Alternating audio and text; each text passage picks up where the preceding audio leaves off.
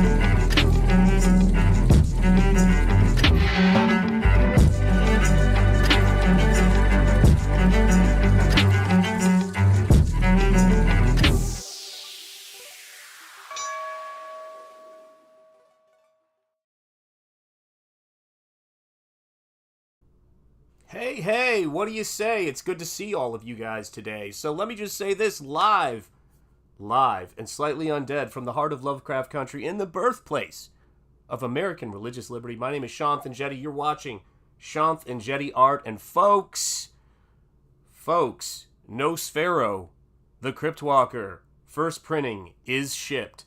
So we are barreling towards the Second Chance campaign, and I am taking a couple of days to take a knee and sketch and things like that and do some streams and catch up.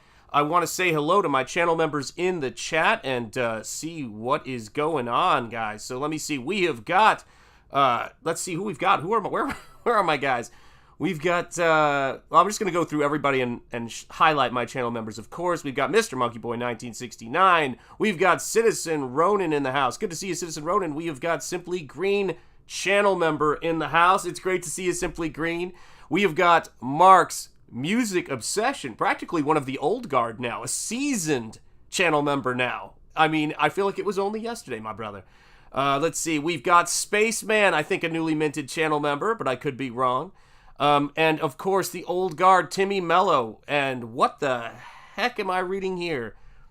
Hail chat and say a prayer for John of John's Longbox. He was in a car wreck and injured, but thankfully the Lord was looking out for him. Well, indeed, Timmy Mello, my God.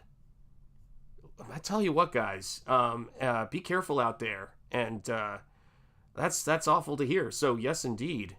Agreed, Timmy Mello. Stephen Rockwood Drawing, I'm working and can't watch, but have a great stream. Thank you, brother, and have a great day at work. It is always great to see you. The Alpha, the Omega, the first one on this channel to become a channel member. Timmy Mello, speaking of early channel members, 2 hours ago. Oh, my gosh. So he's okay. Thank goodness. Tweeted from the hospital. There we go. Awesome one. It's good to see you in the house, my friend. I hope you are doing well. We've got Emo Trash in the house. Fancy seeing you here. There you go. And let's see. Where are we? And Lloyd Burton, channel member, Rockstar OG, in the house. And I realized last stream, when I was streaming with Rock, I kind of trailed off. What I was going to tell you is that one of my former students and a good friend, Cameron Scott Davis, who is a concept artist on Guitar Hero, he's worked for DreamWorks, he's done everything. Those early Guitar Hero concept art works were by him. He saw the Bride of Frankenstein piece that I did for you, texted me about it, and he's like, my God, man, did you come up with it? He loves that painting. And I said, yeah, I wouldn't have come up with that idea if it hadn't been for my man Lloyd Burton commissioning me to do a Bride of Frankenstein painting. So that's why it happens, you know, and thank you for being here so much. I do appreciate it. I see all these custom emojis. I can't always share them on screen, but it's great to see you guys. So here's what we're doing today. First of all, and gosh, hearing that news about John's Longbox certainly drives the point home even more so, is what we're going to be doing today is having some time to make artwork and having some time to just, you know, get our bearings. I know it's been a crazy couple of days. Let me see what is the best way to adjust the lighting here. But it's been a crazy couple of days, a crazy couple of weeks, and all of that kind of stuff. And people are feeling it. And so let's do something in the amazing tradition of Bob Ross. Let's talk about art. Let's talk about painting. And let me know how everything's going in your neck of the woods. What's the weather like? How have you guys been? We're expecting a big storm. And I got to be honest, I feel like with the humidity we've been having, we'll see if this stream is able to survive said storm. But right now I'm just doing a sketch in my sketchbook, kind of, you know, jogging to a stop. Inspired, I gotta zoom out. I just realized I zoomed in a little too far. There we go. Doing a sketch in my sketchbook inspired by Shane Davis's Inglorious Rex, and looking at reference of a cuttlefish. But one of the things I'm really looking forward to doing now is, and I'm going to give a warning before I do it, if I do it, is I'm looking forward to being able to talk about Nosfero spoilers with you guys and talk to you guys about the thought process on the story and all of the cool stuff I have planned, because a lot of the stuff I have planned for Nosfero 2, even though they're all standalone stories, there will be, Laurel will continue to be a feature, obviously, in Nosfero, and we've got the cast of characters. The changes that happen with that character, Laurel, by the end of Nosfero, are going to play a pivotal role in the start of Nosfero, Death Will Die. But we've got a second chance campaign and a heck of a lot of painting before I get to that point. So I thank you guys for being here. Hit the like if you haven't, and if you haven't rung the bell for notifications, do that, because that's how they, decide whether or not they want these videos out there, or whether or not you guys are interested, I should say. And, it makes sense that they do it that way. So the painting I'm doing right now, or the sketch I'm doing right now, is for an idea that was inspired by the closing pages of Inglorious Rex 2. And one of the things about my artwork and the things I love, I'm really influenced by H.P. Lovecraft. If you've read Nosfero, you know that. What's up, John? Indeed. Yeah, where the heck all this dirt come from? LOL. Yeah, that it is what it is, man. Yeah. Hello, good gent. It's crazy, when I what's up, Omni? Good to see you. When I'm working on this stuff and I'm thinking about the Lovecraftian world, Lovecraft was the first author that I found myself just getting completely sucked into when I was listening to the stories. The first one that I ever really, read, the very first story, it was The Thing on the Doorstep and Other Stories. And I remember getting that at a Borders back in the day when Borders existed. And the thing that was unbelievable about that was, it was such a page turner, or as we say in New England, it was such a page turner. And I was just flipping through the book, and I'm going, where is this going? And when I got to the end of the story, I just gasped. I was where he reads the letter from his friend, and I went, oh my God, this is terrifying. And what's so funny is, imagine reading, if you know Lovecraft, The Thing on the Doorstep is a very what's the word I'm looking for? Oh, the shirts. Lloyd Burton. Hey, what's up, man? So the shirts, there are links to t-shirts for Nosfero. There's links to all that stuff on my TeePublic store. So I do have, the Shanth Enjeti art shirts, obviously, but then I have the Nosfero the Crypt Walker shirts and all sorts of crazy stuff there. Yeah, so tons of stuff like that. And but the thing that was so crazy to me about that story is it makes references to The Shadow over Innsmouth, but I hadn't read any other Lovecraft, so for me, it was a much more street-level horror story with a little bit of magic, a little bit of mysticism, a little bit of Lovecraft, but it really kind of stands on its own. But once you read the other stories and you go back and you read that, you go, oh, wow, they're just giving you, little samples of things that are happening in the broader world. And that's how I like to write Nosfero. That's how I like to do this, wow, normal people hours. Nice. Says Gen X Catholic. Yeah, man, I'm working on it, man. I'm working on it. That was wild. God bless my brother Rocky. I kept him up till 5:30 in the morning talking after the stream. Oh, man. Yeah, I am the breaker of people's ability to resist sleep. I'll tell you that right now, man. Yeah, it's... Hey, John, yeah, I was inspired by Awesome when I was listening away from a phone for a couple of minutes when you guys came into the chat. There you go, guys. There you guys go. Yeah, we are vampires, Mark's Music Obsession. You aren't kidding. So when I'm working on Nosfero, and I think that, more than a few people have pointed this out, when H.P. Lovecraft started writing, he wasn't setting out to build this giant world and this expansive mythos and all of that kind of stuff. It really grew organically out of trying to hone his craft and write better stories. And so for me, looking at, the way that I approach Nosfero, Death Will Die, the story of it and what's in it would not have happened, wouldn't be, it wouldn't exist without having written and illustrated and created the first book. And I want the stories to just kind of, happen organically, because if I plot out a expansive set of rules, it hems me in. And while I was working on Nosfero, the first book, it was all I could do to resist trying to think about what the next stories might be. So I came up with 2 ideas for possible stories following the first Nosfero book. But I said, nope, don't think about them.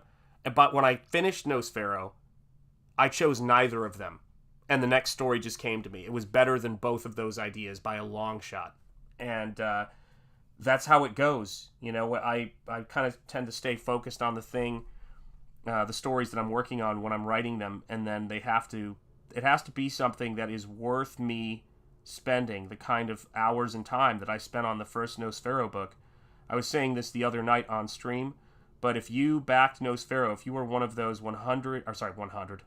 660 orders of Nosfero, I packed your book, because I packed every single book of those 660. That means I made the box, put the cardboard on either side of it, I bagged and boarded your book. Every single step was done by me, from inception of the idea to getting that off to the post office and getting it packed for you guys. That's what I did, because there's not any extra money laying around on the table. Money well spent on Eric Weathers doing the lettering, thank God.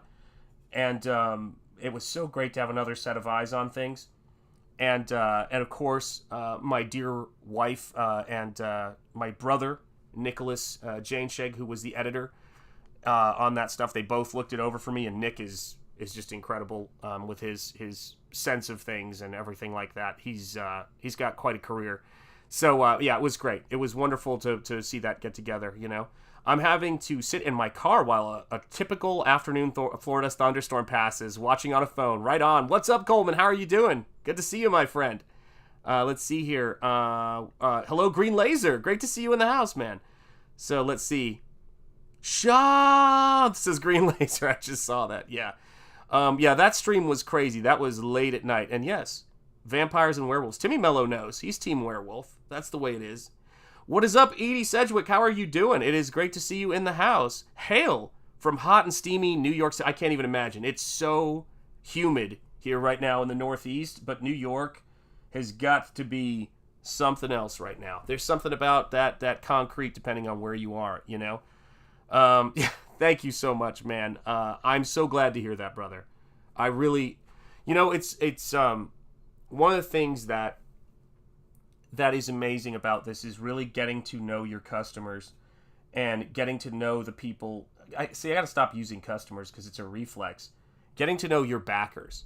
That is such a big thing. That has been, for me, I mean, just it's humbling to see people supporting a dream and then making it realized for them. It's incredible, but you really have inspired me with your positivity, man. And I appreciate it.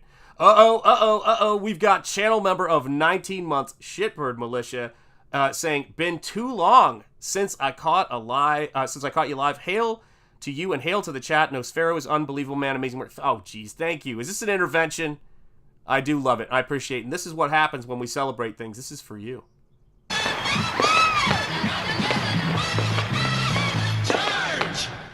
And since it's been a minute, for all of my old-time Waffle Lodge folks, this is also for you. Charge! Yeah, I will tell you what, I suspect, thank you, Shipbird Militia, for all of your support as well. Yeah, I have to imagine that the humidity in Florida has been diabolical. No doubt about it. Yeah, I mean, it's got to be rough. And I think I mentioned on a previous stream that in addition to Art Thibert, which I hope you guys will check out his Oodles of Doodles and other stuff too. The link is in the description. That my sister-in-law lives down in Houston, and she, got hit by that storm as well. There's so many people who were without power for 3 days. If they didn't have, a generator or something to back it up, it was rough. And Houston heat is special. It's a special kind of hot, folks. And, and the humidity as well. So I'm sure Florida and Texas are feeling it. They are definitely feeling it. But, it's a wild thing for me because, Shanth,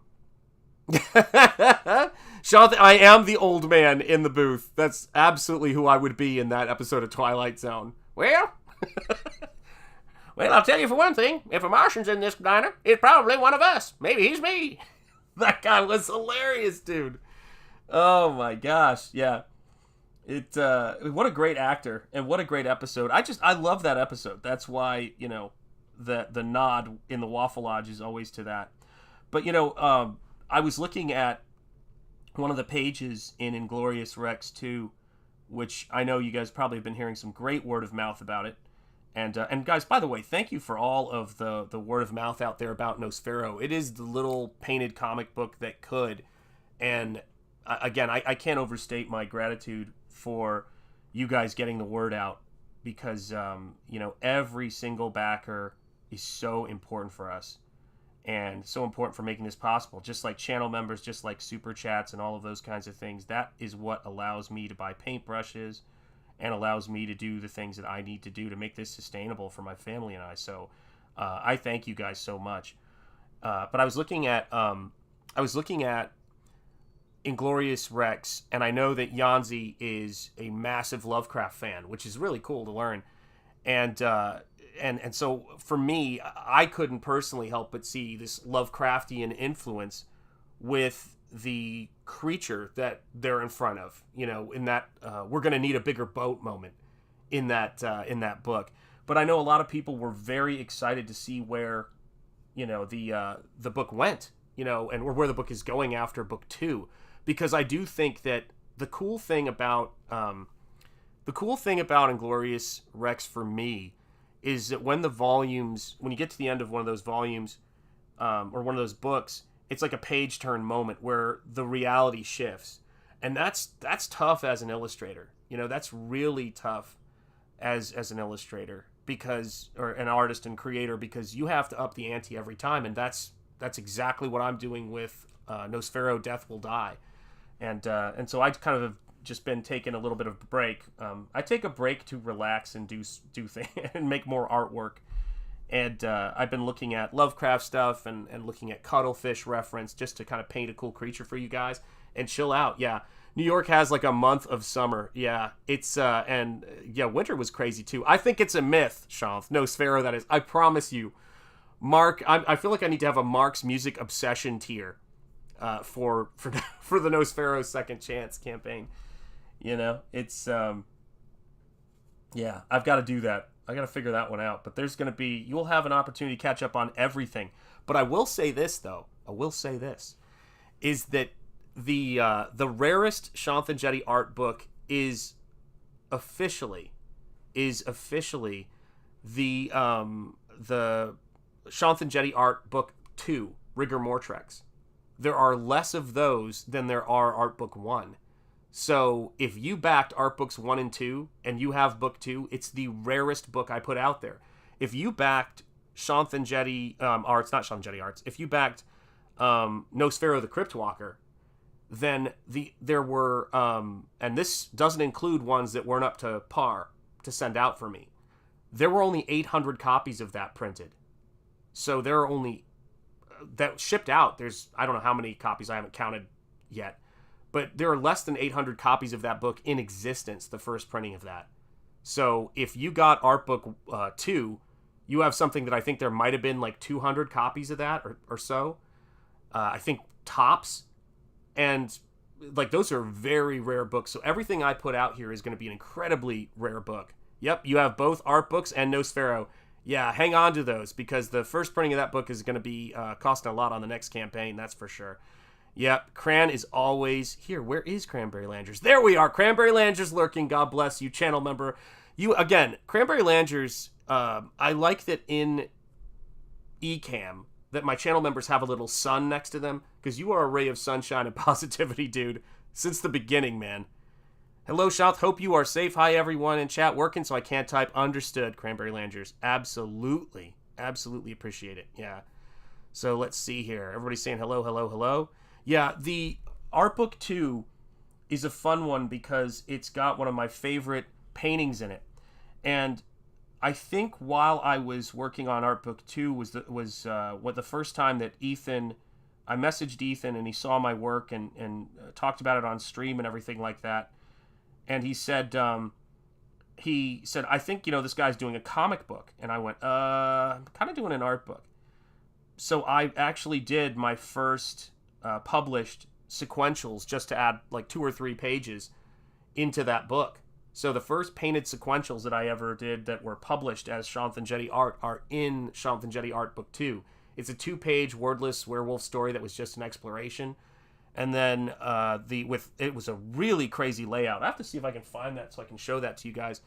But and then there was a one-page little vampire story that I did, and they were all kind of Hammer horror influenced, but man, those were fun. General Piggy in the house. How are you doing, man? Still my favorite icon ever. Glad I got both and 3 copies of Nosfero, you lunatic. And yes, I'm glad you did too, and we appreciate your support, General Piggy. Yeah, it is 100% the rarest book that I have is Art Book 2. And it's got Franken in it. It's got some really great paintings. What's up, Crenshaw FAO? How are you doing, my friend? Art Book 2 was, because I was not in Comicsgate yet, so I didn't have the benefit. Oh, let me take that back. I was in Comicsgate as a customer, but I wasn't in Comicsgate as a publisher because I wasn't making comics. It never dawned on me to say, I'm Comicsgate, so I'm doing an art book, because I thought it would confuse people right out of the gates if I did that. And so I did, rather than, have that Comicsgate experience, which, was cool because I kind of got to see how I would do on my own and really come to appreciate, of course, Comicsgate, which I already did. But I still was sticking by the rules of because this is way back when, Indiegogo had, thrown John and your boy Zach off and all of that kind of stuff. And, and so I actually launched it on Indiegogo, and everybody was like, why aren't you launching? I think I had like 20,000 or something Instagram followers at that point. I wasn't even on YouTube yet. And, oh man, that's crazy to think about. And so I just I launched it on Indiegogo. People were like, why are you doing this? And I went, because I don't support cancel culture, and I don't like this happening to, at that time, people who were complete and utter strangers to me. But that's how, if it wasn't for Comicsgate, and I said as much to Ethan, I never would have done that first art book. And I didn't know a thing about, crowdfunding. It was so hard just to set up a campaign. I can't believe it when I think back on it, It was because, and God, I was so nervous. Look at those early streams if you want to feel better about your life. Look at my early first live streams. They were just awful. Nosfero is a woman in white, see-through, and fighting evil. That's right. Those are the core things. Diaphanous nightgowns and all of it. Everybody's saying hello to each other. It's great to see all of you guys here in the chat. Thank you for being here. If you have the means, feel free to hit the like on there, and consider becoming a channel member as well. It's every bit helps. And also, please check out the independent comic campaigns from so many of my my Comicsgate brothers there in the chat. I've got a whole list of links. Support independent creators. I'm going to play trailers for some of those books at the start of my streams just to help get the word out about all of the great stuff people are doing. Jordan Peterson talks about the antidote to chaos. I think the antidote to chaos is aspirational artwork, aspirational conversations, positivity, and continuing to work. And we've seen a lot of that. We've seen a lot of that on display.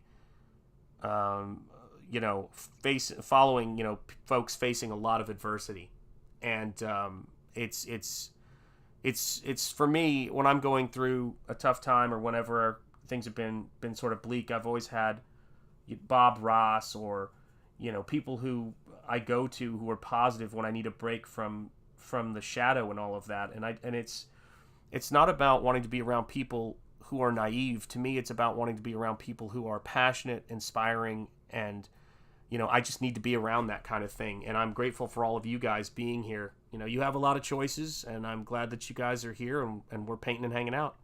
Yeah, absolutely, my friend. Go to work, Lloyd Burton, and thank you so much for all of your support. God bless you, man. Yeah, those Karens, your previous employer would have done everything in your power to cancel you. There's no doubt about that. Yeah, had they known your connection to CG. No, I actually brought up Comicsgate once, just after class, like hanging around, and some student made a comment to that effect, and I was thinking to myself, wow, I just don't understand people having the time to do that.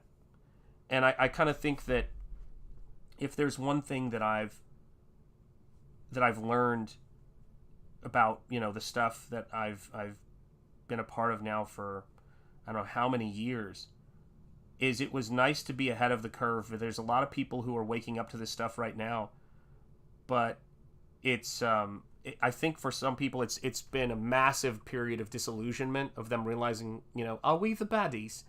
Or is it wrong to go after people personally and say things on the internet that are never going to go away, and try to destroy people and people's lives, which I always thought was wrong anyway.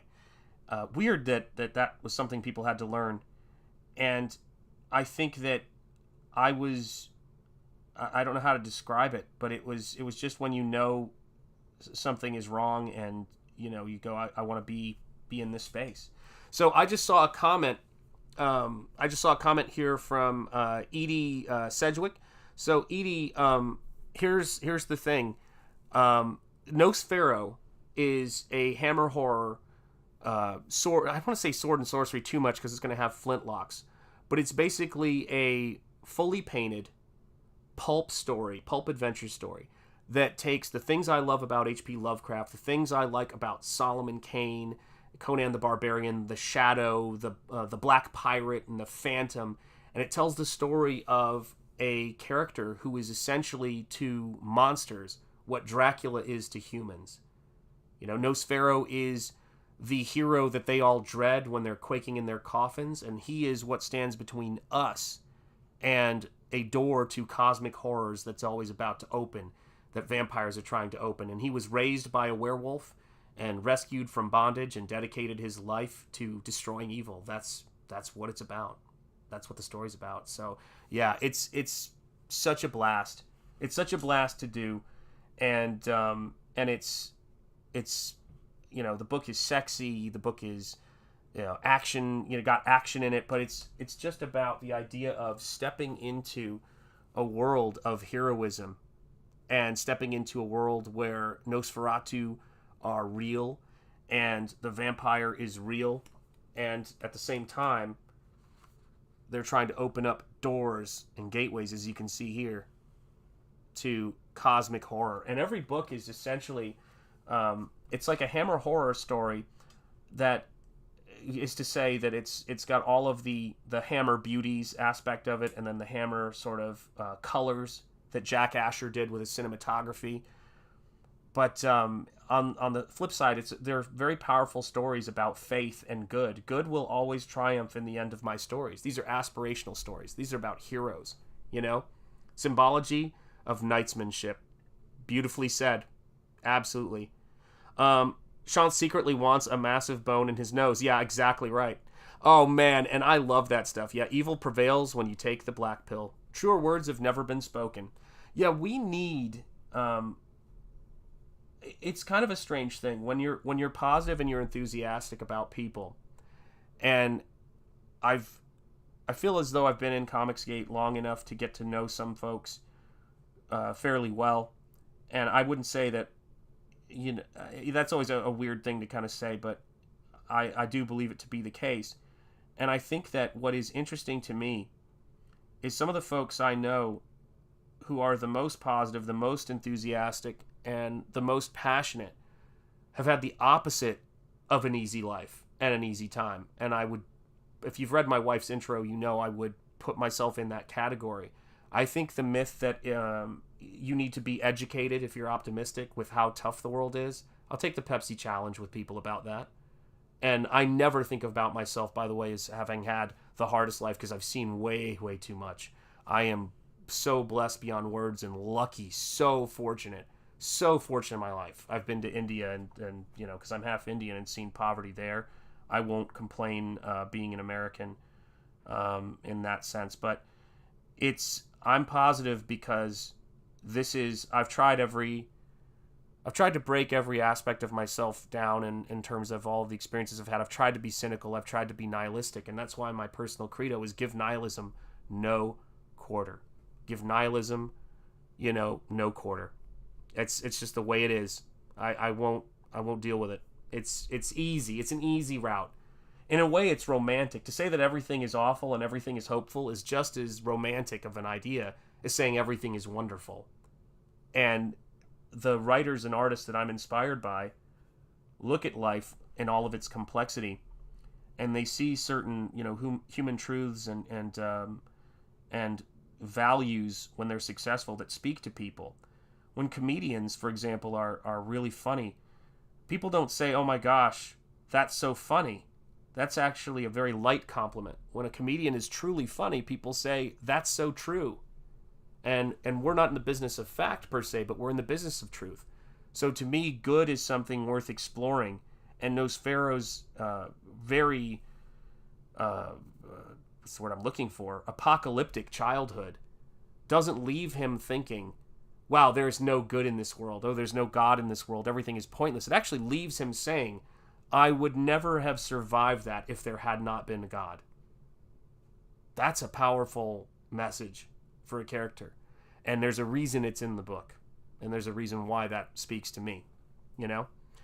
Timmy Mello says, isn't that the truth? It's the wisdom to endure the world's hardships and still maintain your core morals. Learn from your pains of life rather than run from it and let it corrupt you. You're absolutely right. It's a very strange idea to me that I'm aware that it happens, but I think that it's a very strange thing to me to imagine having a horrific experience and a difficult experience and wishing that upon other people. I think that is a coward's attitude, and it's not been the majority of the experiences I've had with people. I've met people who have inspired me incredibly, just incredibly, with random acts of kindness. I'm a bit of a softie, I'll be honest, when it comes to that stuff. I like to watch when I get a chance every now and again. I just finished shipping Nosfero, and I was feeling pretty good about myself in that sense. But my tendency is to go and let's look at some people who I always think about who inspire me. And there was a gal who was about to enter medical school, I think, or go into pre-med, and she was a volunteer at a certain kind of hotline that YouTube wouldn't like me to mention, and also volunteered in a cancer ward, right? And she was at a hockey game for the Kraken, and she saw the rival teams, one of the equipment managers, and saw he had a mole that she thought was cancer, and she held up her phone to the glass. He went and checked it out, and it turned out they caught it in perfect time, and then he went on this quest to find her. But what I learned about this guy, his name was, I believe his name was Red, but I could be wrong. But what he found what you found out when you learn more about him is that his family, his siblings, his father, they had been ravaged by that in his family. And she saved his mom from having yet another tragedy, his siblings from having yet another tragedy, just by a simple act of having the right skills in the right place and making sure she got the word out. So you never know what positive you could do out there for somebody. You never know that there's people around you that you could help, and you probably don't know what help you've given that's changed somebody's life, even somebody whose name you don't know. And I love that. It just, that's the stuff I look to that inspires me. That's the stuff I look to that really, really inspires me. And it's strange because I think that the flip side of that is as far as horror goes and fear goes and all of that stuff, because I've had whatever experiences that I've had, I don't really get frightened by easy stuff. Lovecraft really understands all that stuff. That stuff speaks to him, and that's what makes him so brilliant. Because it's like, when somebody doesn't know what evil is and doesn't know what good is, and they try to write it, like they don't have a full appreciation of it. And for me, that's what Lovecraft understands. Lovecraft writes evil and horror for people who understand it and understand what it is and how scary it could be, because he saw his fair share as well. And I don't know that seeing it makes you able to create it in art. That's what makes him a genius. So I really don't believe that experience, or I should say, things happening to you give you experience as a rule. Experience is something you have to be capable of learning, and you have to be capable of seeing these things beyond just the moment. And I think that level of perception is one of the most useful things that you can have. is to experience something and being able to step outside of yourself and think about, the nature of it and what you can do and get some kind of wisdom from it, and as opposed to just running from it. You know what I mean? Oh my gosh, Ferris Comics, is so great to see you. Thank you for the kind words about receiving the book. That put a huge smile on my face, man. It really did. It made my day, dude. I love seeing that stuff. Sounds like every new Disney media don't know what evil or good is. Yeah, that's true. That's true. And it's I definitely think that it was choosing the Sumerian mythology and alternate source of evil to the Judeo-Christian hell. And I think too that it was the fact that he was incredibly well read. I've been reading Mary Shelley's journals. You want to talk about somebody? So there's been this ongoing debate of how responsible Mary Shelley was for the writing of Frankenstein, and I've kind of gone back and forth on it, and then finally I went, well, I'm going to stop listening to what people tell me, and I'm going to see if I can track down Mary Shelley's journals, because I want to learn about her from her, not from a biographer. And I am so convinced that Mary Shelley wrote that book and all of that stuff was a product of hers because of everything I've read and learned about Percy Shelley and Mary Shelley. Do I think he helped her, as you do when you're married to somebody, with like, oh, maybe you should use that word, or maybe you should use this, or have you thought about writing it this way? But the concept of that comes straight out of her life. And it'd be a serious topic to talk about some of the stuff that happened to her in the lead up to that book. It's a brutal read. If you haven't read some of her journal entries, do. If you have any doubt. She saw a lot. And, she's something else. Now I've picked that up. Someone's going to have to answer that for me. So, There's two folks I know, two folks who came out of Pennsylvania that I watch on YouTube. One is, of course, Ethan Van Sciver of CYBERFROG fame, and the other, who I consider a friend. And he actually said this to me. I was really choked up by this. He was like, I consider you a distant acquaintance. It meant a lot. But the other person is the Grim Life Collective, and he's out of Pittsburgh. And they both use, it's something else.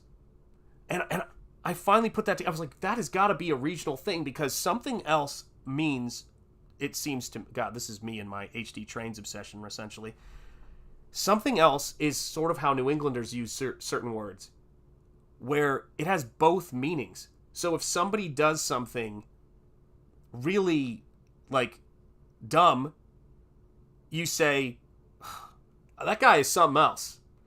And if somebody does something really nice, they go, that guy's something else. It's almost like how we use in the South, when I was, growing up there, God bless that boy. He did something good. God bless that boy. He did something stupid. God bless that boy. Do you guys know what I mean?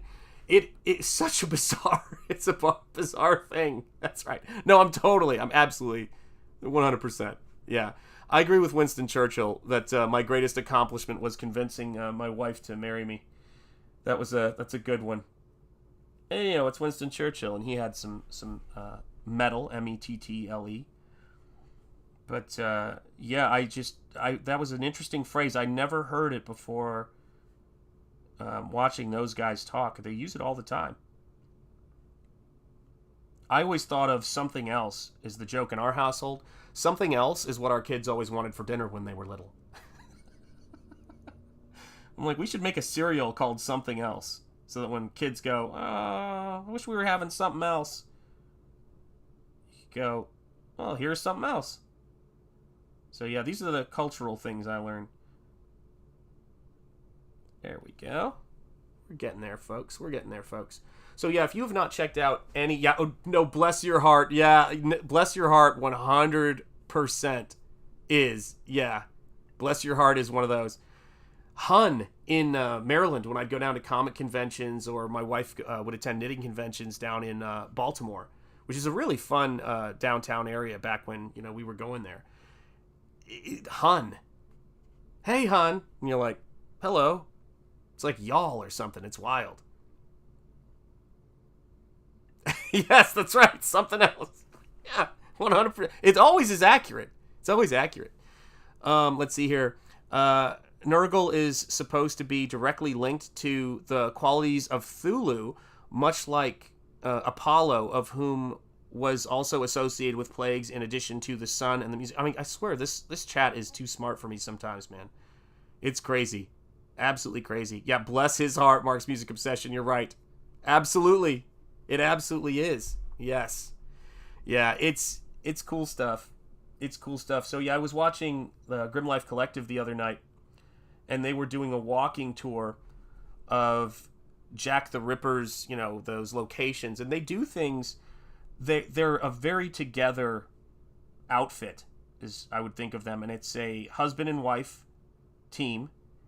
Again, much like Mary Shelley and Percy Shelley, it's not called. There's no questions of authorship when you're in a when you're in a loving marriage in that sense. You can't live without the other person, hopefully. And but anyway, it was interesting because they film everything in 4K, and they really they started this whole thing broke with not a lot of cash, but just with a passion for this kind of stuff. And they've really worked hard to build something because they realize that people don't always get to travel to some of these exciting places. And so they get out of the way and let you walk history with them, as they like to say. And I love that stuff. They actually inspired me to go and visit for the first time, being a Rhode Islander since 1994, to visit H.P. Lovecraft's grave. I watched their video and I went, this is ridiculous. That's 30 or 40 minutes from my house. I need to go pay my respects. So the very first copy of Nosfero, the Crypt Walker, was delivered to H.P. Lovecraft's grave. So I left it there. So that's how it goes. What's up, the dude? How are you doing? It's great to see you. And welcome, welcome, welcome. So yeah, when it comes to inspiration and when it comes to, various works out there, my cup runneth over, and if I'm positive, it's because I've seen too much to be negative, and that's how I like to word it. And the cool thing about being positive is when you're positive and you're sincere, sincerity is like a cross or garlic to vampires. People who aren't will reveal themselves because they won't be able to stand it. They'll have to attack you. They'll have to go, what's the deal with that guy? And it saves time. It saves time being positive, man. It's a good thing. There is my man, Doc Brewski. Shane Davis is positive, if you know what I'm saying. Absolutely. Jeez. So yeah, I actually sent, he's under no obligation ever, but I thought I had sent a link to Shane when I did the last stream, but I sent him a link to this stream just because I wanted to, talk to him a little bit about Inglorious Rex and get the word out about Inglorious Rex 3 in any way I can. Not that I think he needs it from my channel by any stretch, but I do want to start doing some, because speaking of the technology of all this and things I've learned from Grim Life Collective, I wanted to explore the idea of doing interviews and talking to people in 1080p so that when I show their artwork and people see them, it's not that StreamYard 720 that we get trapped in, I love StreamYard for certain things. It's very, very cool. But for draw streams, one of the things that's important to you guys, I've found, is that you want to be able to see the stuff up close and detailed. Speaking of which, let me zoom in, and I want to adjust some of the stuff here on my screen. Let me adjust the gamma a little bit, saturation a little bit. Let's see what we can come up with here. And I'm going to move this into frame. People just like to be able to be right up on the brush when I'm working, or at least as close as they can be. So that's a little bit of a factor for me when I'm doing this work, is making sure that you guys can see the detail as much as I can. Yeah, Shanth, where's the CC? I don't know. My brain is gone. Shanth, Mark wants CC now. I feel like I'm so confused. What are we talking about, and why am I so exhausted? The groomsman's in the house. My old school nickname for Rocky Ballesteros, man. What's up? Carbon copies. That's right. What's up, CC? Yeah, I don't know. I'm confused. Let's see here. You guys are cracking me up. I never know what's going on anymore. Oh my god. Yeah, I was up last night doing one of my favorite things in the world. To do at 4 or 5 in the morning, I was doing dishes, which I have fun. I missed your earlier post. Gotcha. Oh, creator credit. That's gotcha. There it is. I missed it. What am I doing? How far back did I miss that? Oh, can I enable... is it closed captioning for the next stream? Gotcha. Live closed captioning is where it's at. Am I right? How does that work? Yeah, I mean, I don't know if it's... maybe it's something I have to turn on. Don't know. That's a trip. Yeah, I will try to figure that out. And I don't know how that works. That's a trip. Yeah. I wish I knew how that worked in advance. Yeah, I will take care of that. Thank you guys for that. I appreciate it. Yeah, justice for Mark's mom, indeed. Oh, Rocky knows how to turn it on. Yeah, he'll probably text me how to turn it on or something like that. There's got to be a way. Yeah, I know the computer's listening to me, and the computer's like going, really? AI is thinking, you want me to imitate this? Dream bigger. That's what it's thinking. Stop asking me to do the mundane. Let me see here. Yeah, everybody's saying hello. Rock, let me know if there's something I can do to turn on closed captioning. Live closed captioning. I had no idea. Oh, guys, is there anything, and I realize that this is a very niche thing to say, is there anything better than having a nice, sharp brush and putting paint on the paper? I love doing this stuff. And you will know if you love this stuff when you paint a fully painted comic book. I can tell you that much. But I love doing this stuff. Oh, there we go. Rock says, oh, you can only do it before you go live. Awesome. Well, I'm going to have you, brother, I'm going to have you walk me through it before I do the next stream. Because, yeah, I didn't even think about that as an option.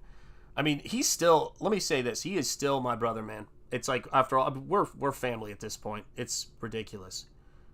And speaking of, speaking of ancient legends, Mount Etna appears to have had one heck of an eruption, creating a number of stunning images. Wow. Insanity. Yeah, pizza and a B movie. That's right. And we are on for Pizza Live tomorrow night. I have a movie already lined up. There's already pizza. There's already a thumbnail done. So we're going to have a blast, you know. It's it's hard to find, says Rocky, about the closed captioning. But, you know, that's what's so cool is one of the things that I learned about from Shane and Yanzi, and I think because Shane was talking about it on a stream, he was talking about how they used to use stamps.com and then they switched to Pirate Ship. And we did our last couple of orders on Pirate Ship, and it made everything 1,000 times easier. So having people working in the same space as you do with different expertise is incredibly useful for moving things forward. Yeah, Pizza Live is 100% on, Mark. I have 2 episodes set up already with Pizza Steam and ready to rock and roll. So yeah, I'm catching up on work now that I've got all the shipping done. It's weird. You know how it is, guys. I don't have to tell you guys. Oh, Reanimator, is that in the public domain? I don't think it is. But if it is, let me know. I don't know what all the rules are. Yeah, we will see. Shanth will get a late night stream invite and be up all night and all day. Yeah. Yeah, it happens. It happens. I don't know if I was on any... I can't even remember. Actually, what am I saying? My last stream was late night. Guys? Oh, my Lord. I'm telling you. Oh, man. Age is coming for me. That's the way it is. You know, but I love... yeah, I do public domain movies. And even still, the last one I did, which was... Robot versus the Aztec Mummy, was under some claim in certain countries, and so they let me know that. And so I was kind of thinking, okay, I want to check this stuff out and make sure everything is good, because even if somebody says something's in the public domain, they can still hit you with and it's, they usually just do a claim. It wasn't a strike or anything, but they usually do something where they say there's a claim because this particular thing was played in it. It's just, what are you going to do?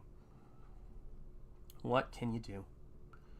So let's see here. So yeah, I was looking at reference for this of a cuttlefish, and it's a really crazy creature that Shane designed, or kaiju that he designed in the sort of reveal of even bigger monster at the end of Inglorious Rex 2. And I've done cuttlefish paintings, I've done that kind of thing, and I really enjoy it because I love painting the texture and getting a kind of metallic sheen to it and all of that kind of stuff. So I thought this would present an interesting painting opportunity for me to do that. Let's see here. Yep, Edie, that's cool for sure. Okay, I'm really far behind. Yeah, pizza. Yeah, Pizza Live is so much fun. And, that all comes out of, learning from this channel different things I could do. I love movies. I love watching movies with people. And the first couple of Pizza Lives were me showing stills and having a link to a movie so people could watch it at the same time. It was tough to sync things up. I don't know how many public domain movies there are before I started having to repeat certain ones. But I just wanted to give it a try, and you guys liked it. So that's where we are. Because I thought, let's just have a night where you order a pizza or whatever your favorite food is, and, make some popcorn from yourself and watch a movie together. And, we were joking about this the other night, but, when Rock and I were talking, we always try to make things as immersive or as quality of an experience as we can, and that's where the hot pizza came from and all of that. But one of the things I'd love to talk about with this book is when I did Nosfero, things like creating this logo design, and then creating the crest for SHANTH ENJETI art, which is at the start of my streams, and it's on the back of the book, creating this logo that's at the end of my streams as well, made with Liberty in the USA. Just, it's those little details that you do in a book, that make it exciting, make it quality. And when it's independently done, it's just all one person. So the fact that I'm able to do with the things I'm doing compete with the visual quality of other books, that's kind of the job. That's what you have to do. You want to make sure you're doing something that people look at and they go, wow, one person did all this, man. And that's the connection people have, because you are supporting a family when you back that book. You're supporting an artist one-to-one when you guys back my projects.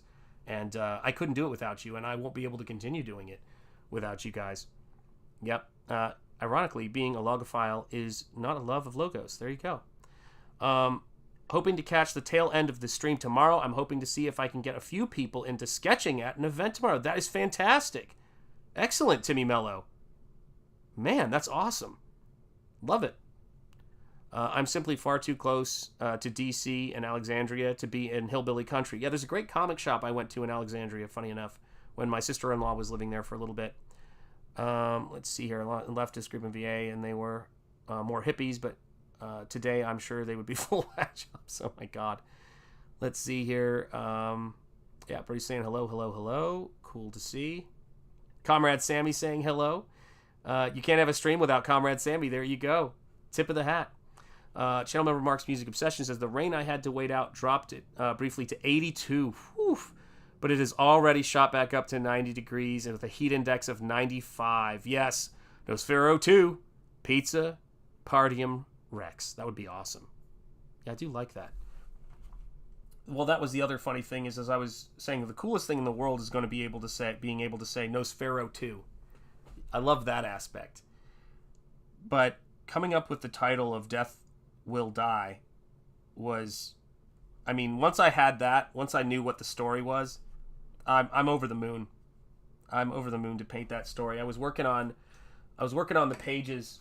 I have a page, I should say, because the images came like that. But the thing I'm really excited about is I've been watching vampire stuff since the 90s, more or less, 80s and 90s, and vampires have lost their gravitas. You know what I mean? They've lost their power. And so especially Dracula. So I'm doing my version of Dracula, air quotes, in Nosfero 2 Death Will Die. And I cannot wait to illustrate that character, because the character's name is the Marquis de Dracula, and because I don't want it to be another incarnation of just Dracula. I want it to reference it, but I want to create my own character, just like I wanted to do with Nosfero, because I want the grit to be there.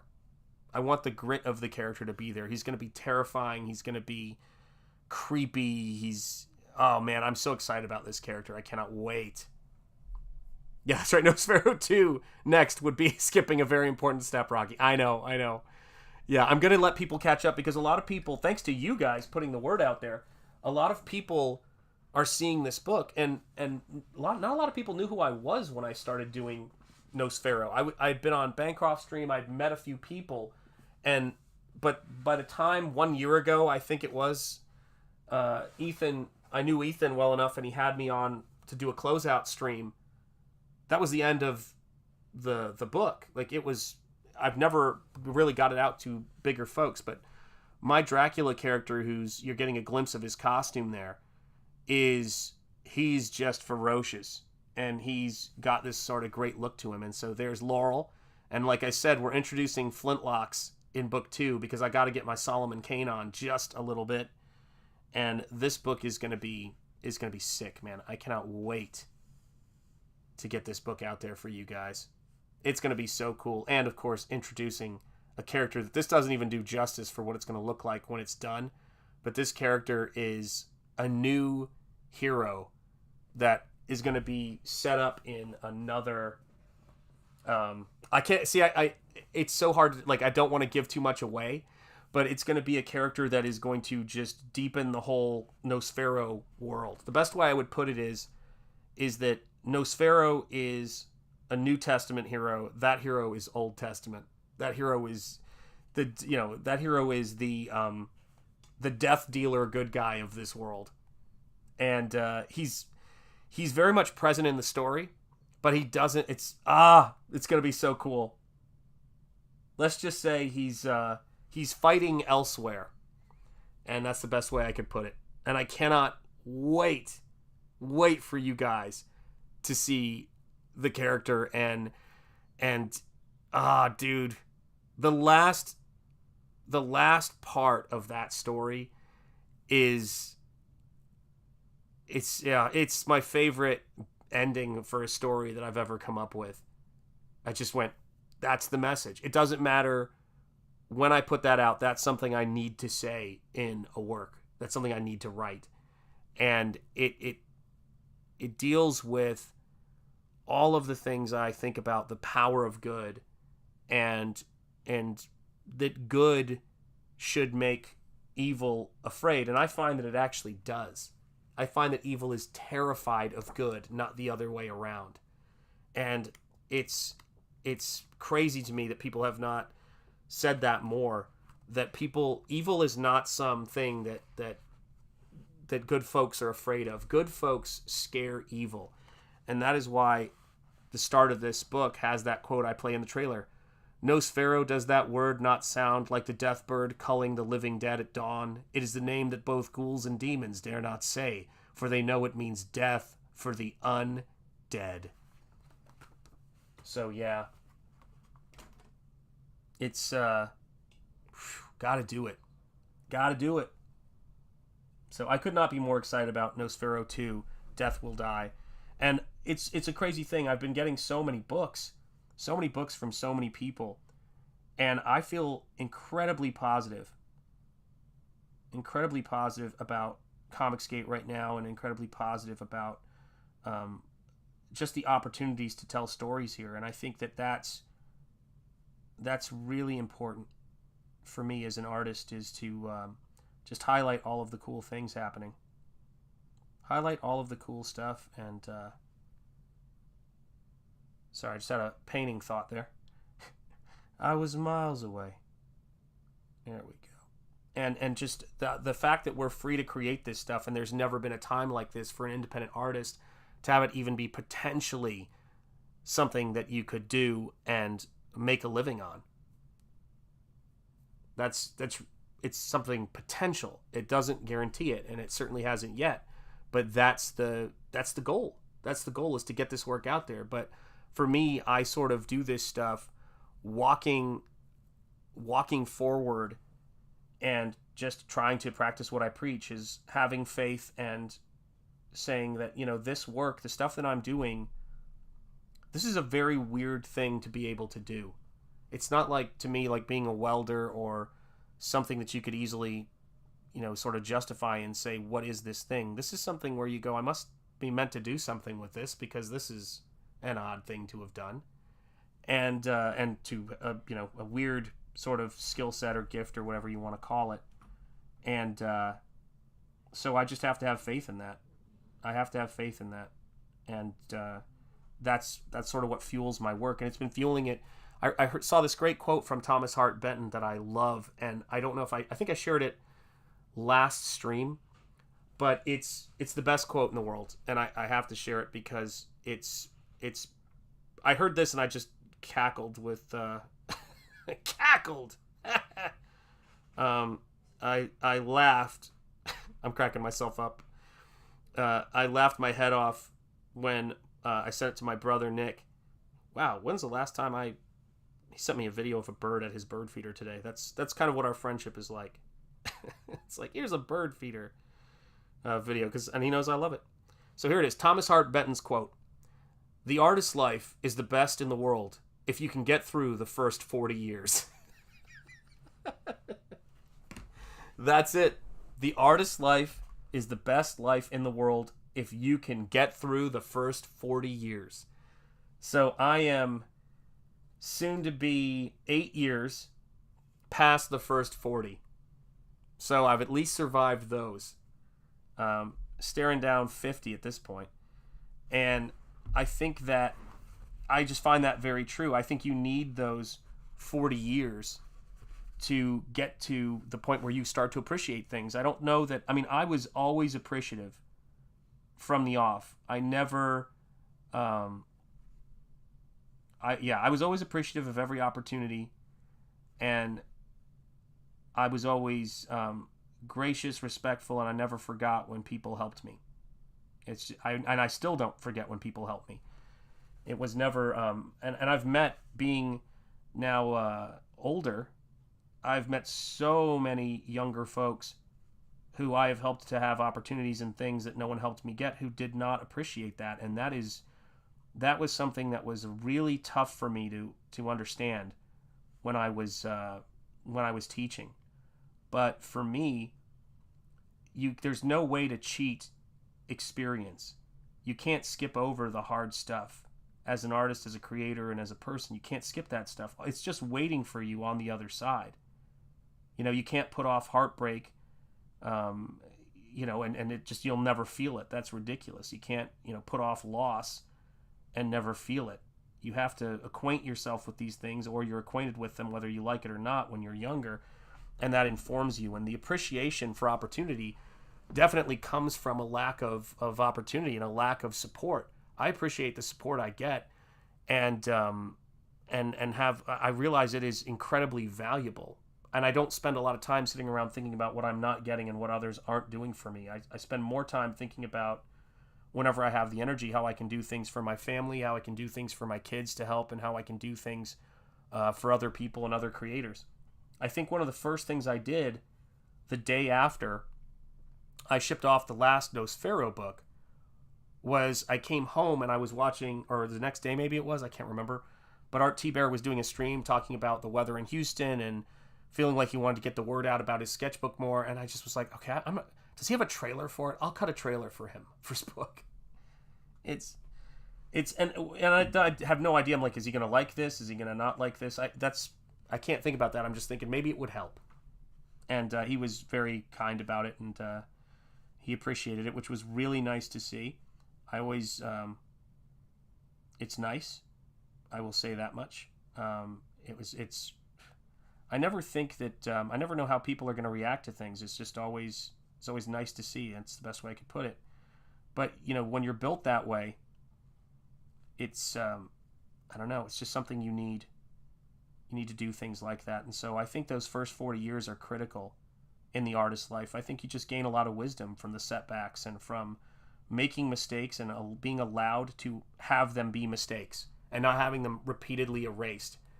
It's important. Hello, Michael. How are you doing? And good morning. I hope you're having a good morning, brother, down there in Australia.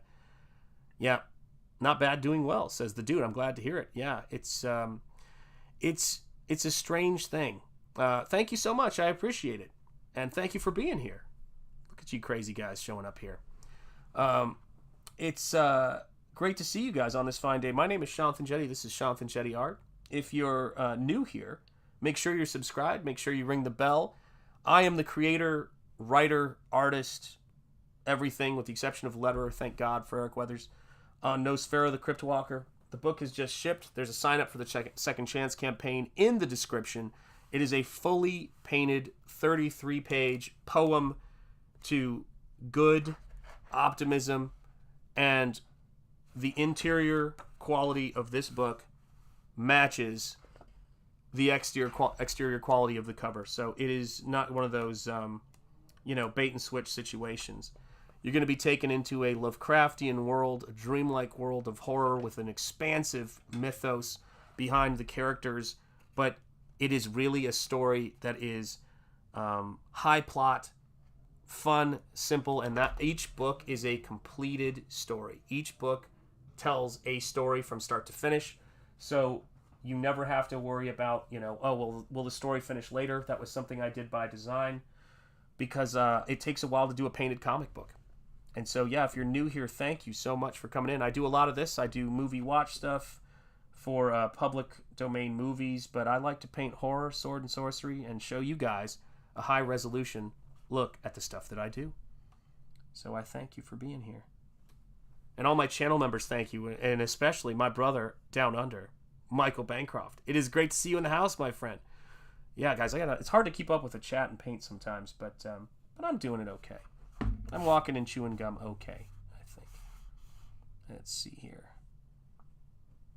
Get this detail. So, for those of you guys, and I don't do this enough, and I probably should, for those of you guys who are interested in the technical aspect of this, right now what I'm doing is I'm painting with Pelican Pan opaque watercolors. I'm working in a hardcover Strathmore sketchbook, watercolor sketchbook. And let's see, what else could I tell you?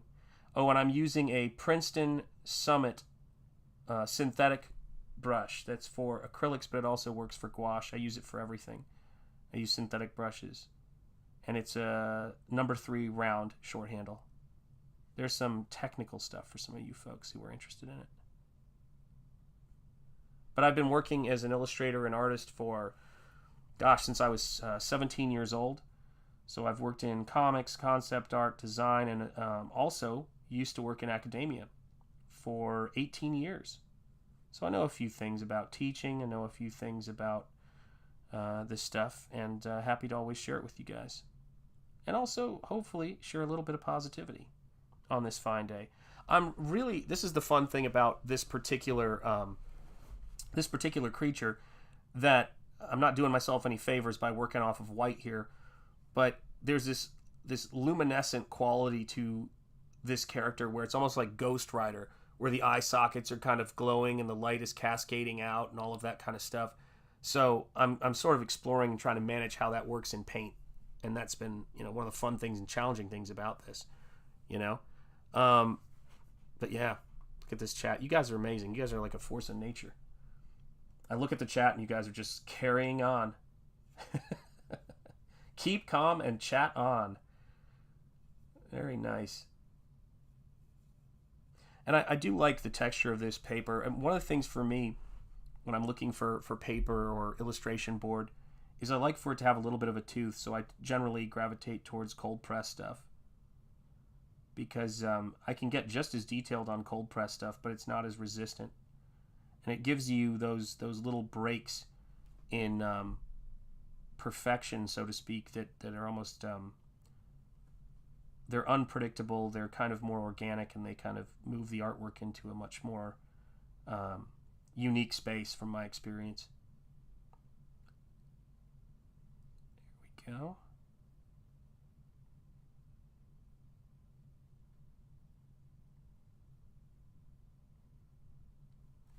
Look at that. I love feathering those lines like that. These brushes are They're great. There's nothing like a new brush. And as I mentioned before, guys, if you want to make sure you do not miss Nosfero 2, I'm sorry, Nosfero the Second Chance campaign. Nosfero 2 we got time on.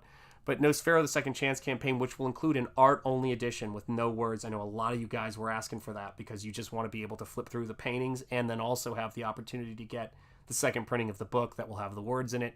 The second printing of the book is going to have a unique piece of artwork that will only be made for that book. So the oxidized edition will have a title page that will be a new painting that you're only going to be able to get with that book. So every book I do, I want to make sure it's unique. So there's the first printing, there's the oxidized edition, which is the second printing of the book, but it'll have a unique look to it. So I'm excited. So yeah, lots of crazy stuff. Lots of crazy stuff. Let's see here.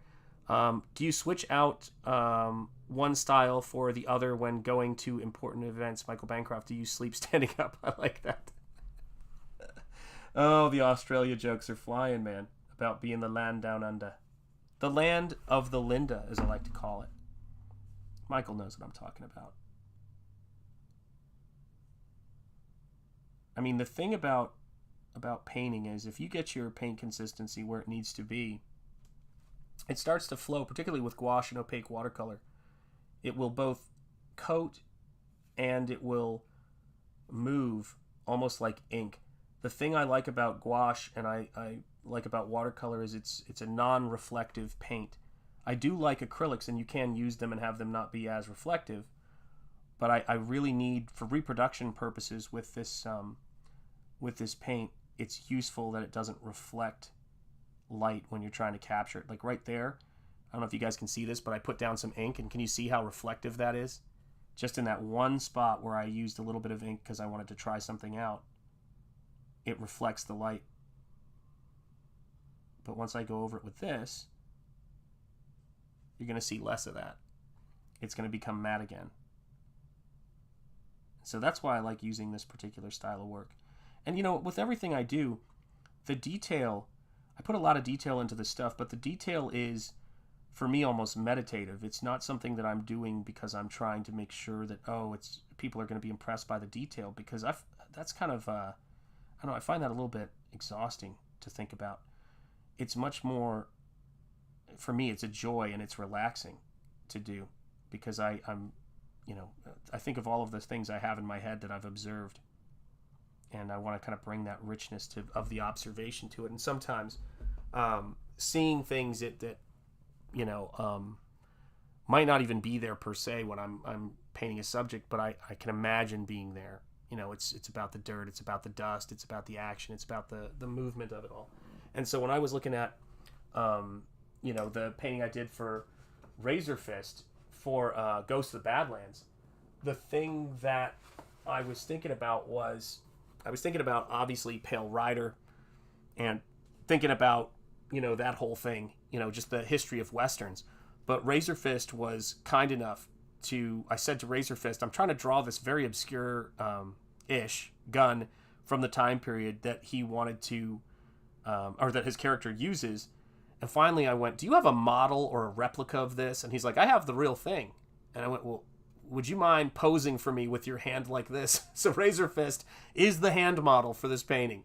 He did pose for this reference for this hand. So that's Razor Fist's hand for his book. So that was a blast. That was really fun to do. But, he's an illustrator as well, and a writer, and loves pulp and all of that kind of stuff. So it's great. It's always great to meet new people who are passionate about this stuff. And he is responsible for me doing my first Western painting. So if you got Ghost of the Badlands, I don't know what edition it's in, but there's a black and white reproduction of this painting inside of the main book. And I don't know if there's going to be a color one. I think he said he was doing limited posters for people at a certain tier. And this is going to definitely be a really cool thing to see as a poster, because I painted it like a movie poster, and even making nod to, of course, the mythos, the lore of the story, and sort of speaking to the time that this takes place in.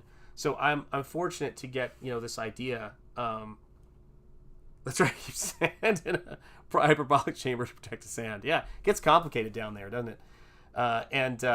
It's crazy to me looking at, the things that I've been able to see and do. There's a link to not only is there a link to Battle Brick Road 2 in the description, which I'm working on a piece for that now, but there's a link, and I just cut a new trailer for my channel, to the Lucent 2 Painted Death, and I think that this painting is going to find itself somewhere in that book. Actually, I want to hold it up so you guys can get a real sense of the scale for this thing. But this is a painting that is designed so that it could be... Oops, how do I do this? There we go. Designed so that it can go in both of those directions, like a playing card. That was the idea behind it, because it was a little bit of a nod to Mike. And so it's really fun. Mike, where can they get a hold of this if they want it? Oh, Mike, by the by, my friend, I just saw on your site the other day that you're doing a puzzle of this thing. First of all, let's talk about that for a second, okay?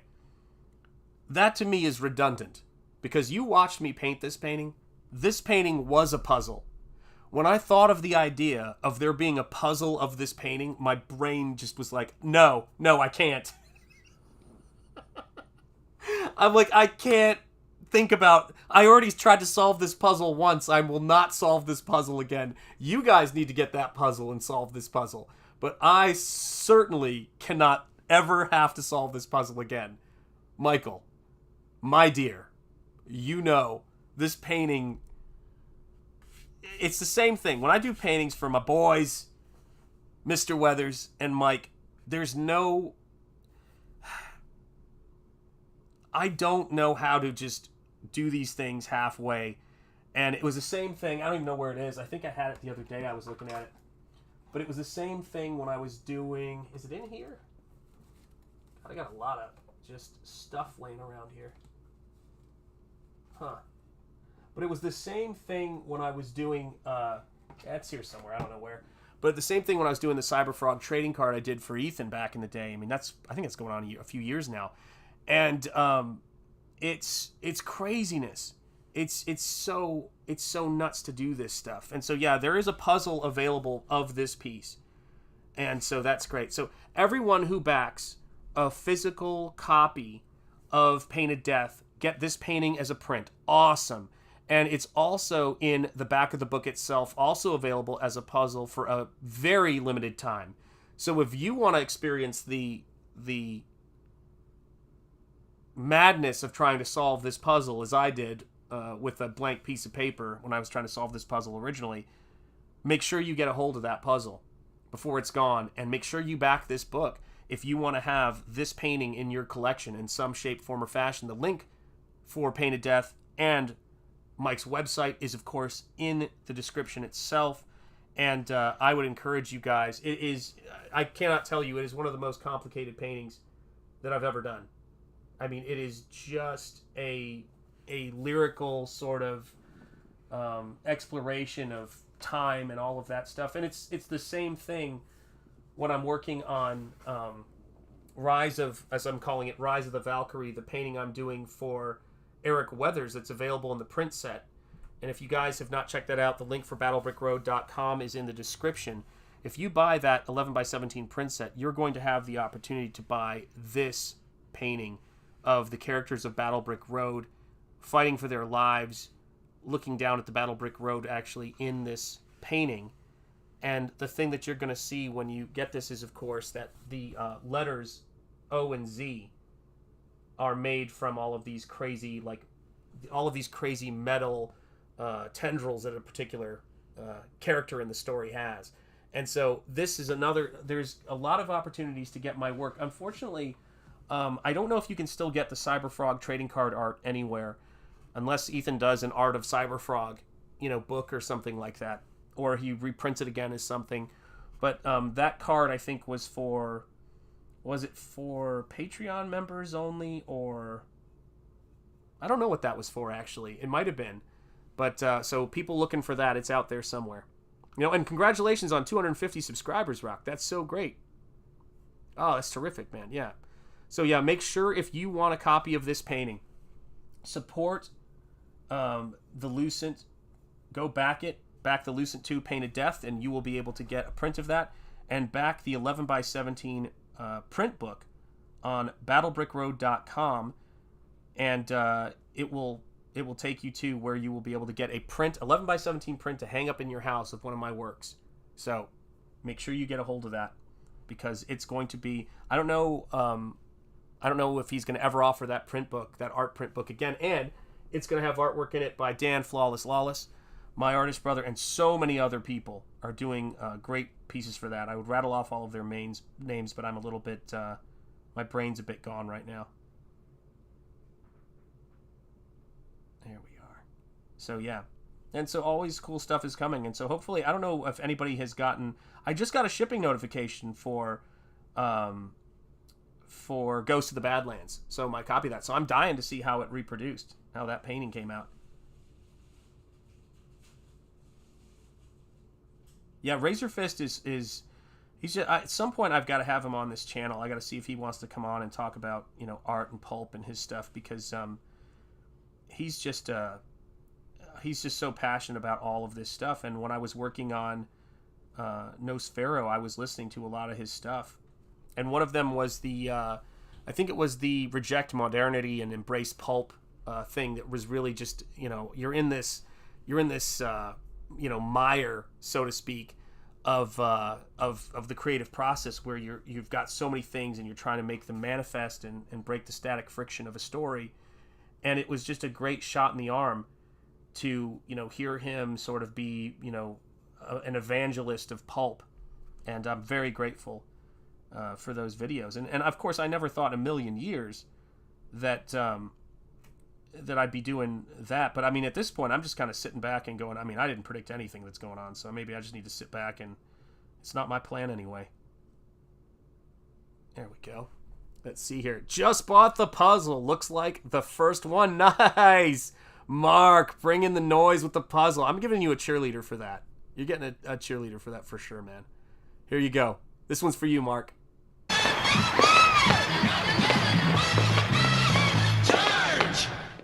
And let me tell you something, tracking that Liberty onto that uniform was not easy to do. But that is our super chat and special occasions. Someone becomes a channel member, any of that stuff, you're going to get one of those.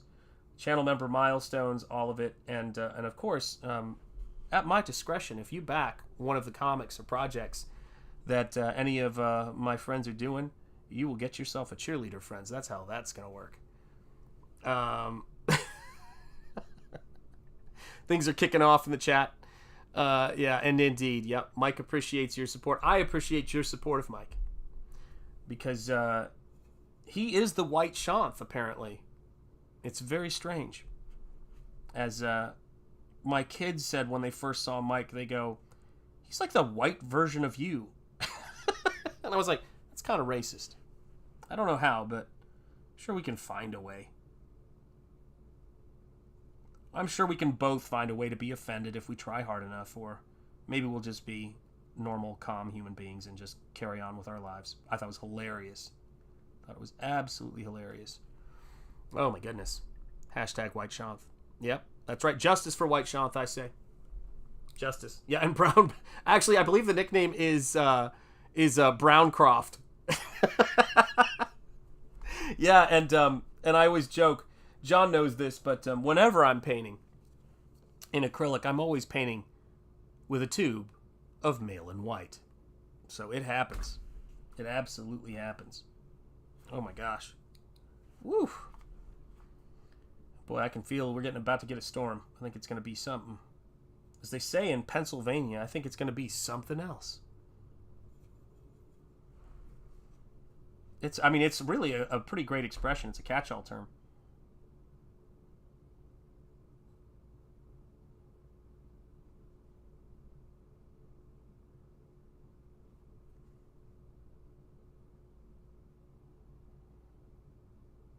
There we go.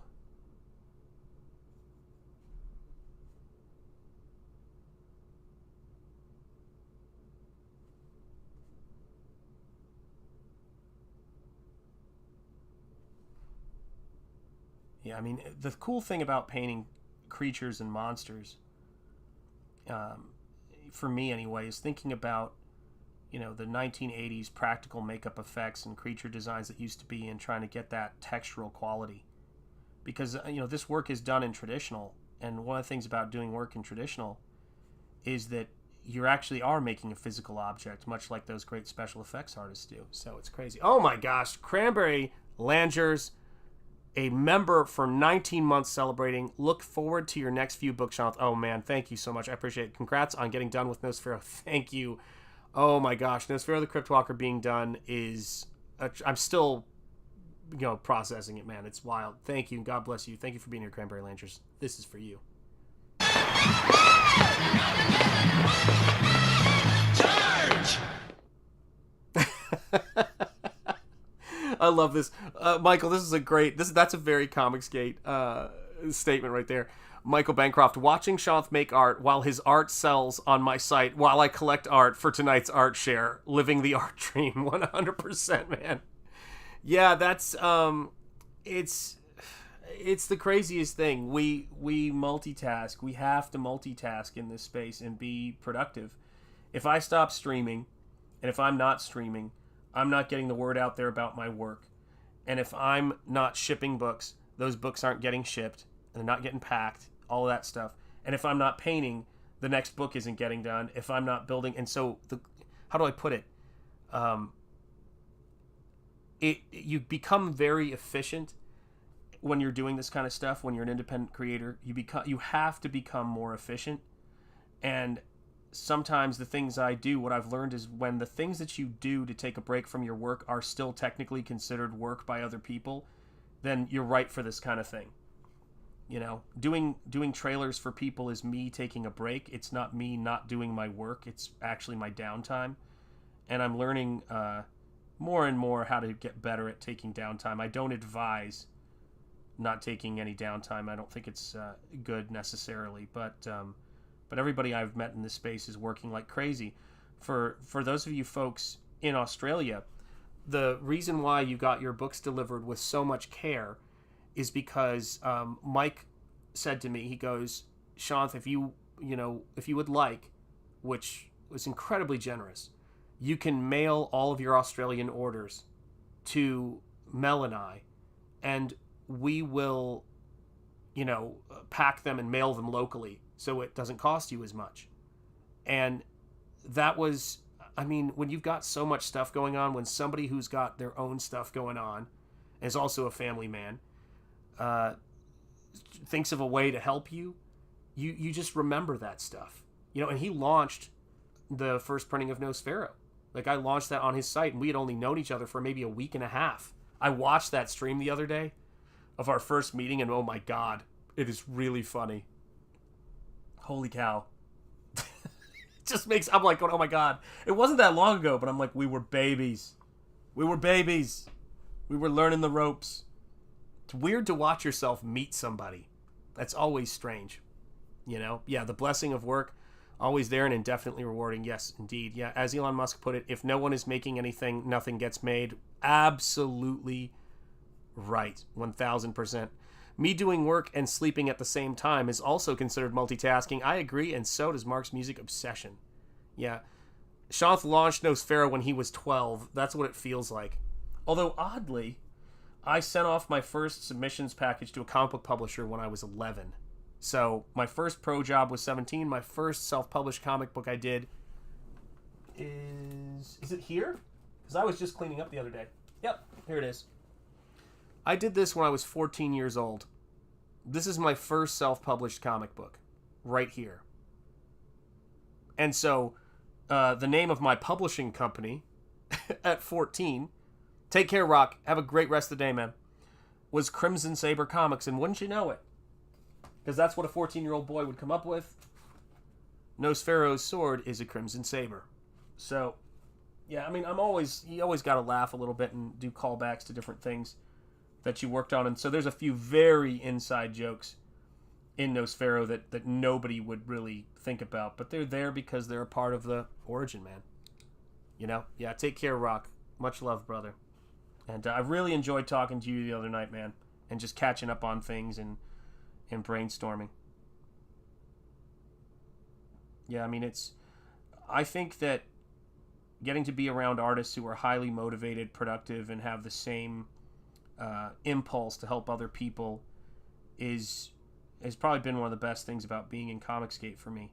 I've been in a lot of situations where I've been able to help folks, and that's always been the case, and I appreciate that. But it really is great to be in a place right now where people reach out and are actually able and willing to help me get things done, because I love my family, and I can't if I can't make these things work, and if I can't make these things come together, then I can't keep doing them, because that is the goal, is a better life for them. So my attitude or my gratitude, I should say, comes from the fact that I finally have found people who actually enjoy the idea of these things that I'm doing, getting out there to a wider audience and being successful. Hey, Julie, it's great to see you. I was so happy to see when you posted your head sketch back then. And thank you for backing the book and everything like that. Nothing much. I finished shipping out Nosfero, I think I can't even remember. Everything's a blur. I think, was it on Saturday or Monday? Or I don't know. Everything's a blur. Monday I finished shipping it off. And the international orders anyway. And so, yeah, I'm just painting and relaxing and kind of jogging to a stop, in terms of, I should say I am slowing down to a jog. I don't think I'm stopping, because I've got way too much stuff ahead of me that I need to do, and stuff I want to do and I'm excited about. But it's great to see you, and thank you for being here. Oh, thank you. Cranberry Landers, thank you so much. I love hearing that. Thank you. Yeah, that's why I do these streams. I do these streams because, I know you guys are there and appreciate, just hanging out and painting and, getting some positivity out there. And it's strange how that stuff can just, fuel you through the day, just to find a little bit of inspirational stillness and positivity. I think that's why Bob Ross is still crushing it on YouTube in the afterlife. I mean, that guy he was fully present, and he was sharing the best aspects of himself with people all of the time. And, you can't fake that. That's the one thing I would definitely say about being on YouTube now for 5 years and being in, Comicsgate since before that, is that you cannot fake anything for that long. You really can't. Like, I cannot fake this stuff. Nobody can. So, I feel pretty comfortable saying, if you want to see what I've always been like, possibly I was thinner then, but what are you going to do?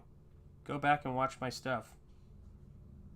Go back and see, me just always being in that sort of zone of gratitude and working hard and chipping away. Look at that. This brush is something. I mean, this is really cool. I gotta stop saying something else.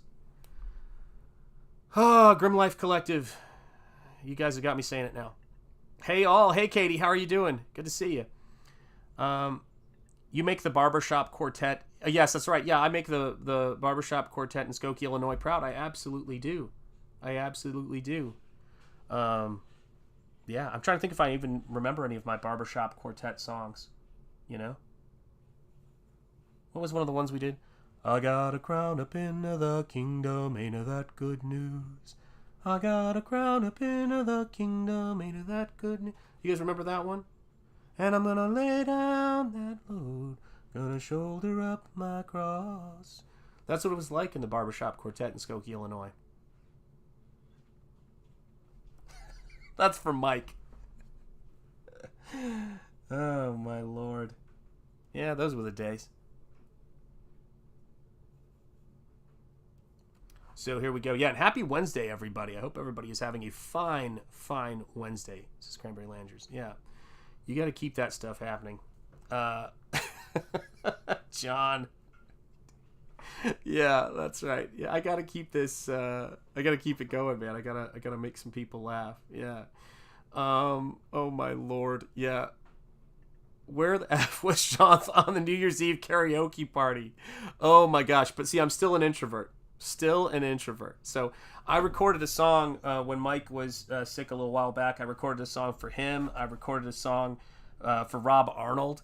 Yeah, it was, I love doing that stuff every now and again. I'm trying to do something for Eric Weathers, but I just can't sing well enough to do it. It's a Blues Traveler hook, but with lyrics tied to Battle Brick Road. And I can't get enough air. That guy is so fast when he's singing that stuff, and he's able to He still sounds good. I saw a video of him recently singing Hook, and he's playing the harmonica and belting that song out.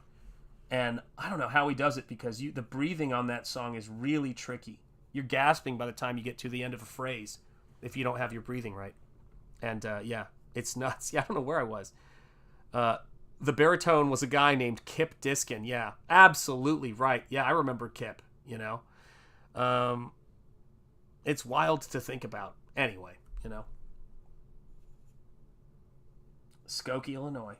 Yeah, Mike is convinced that so many of these stories fall into that vein, which makes me laugh, because it's my memory is such that I can describe the things I experienced while painting, and they're fairly detailed. There we go.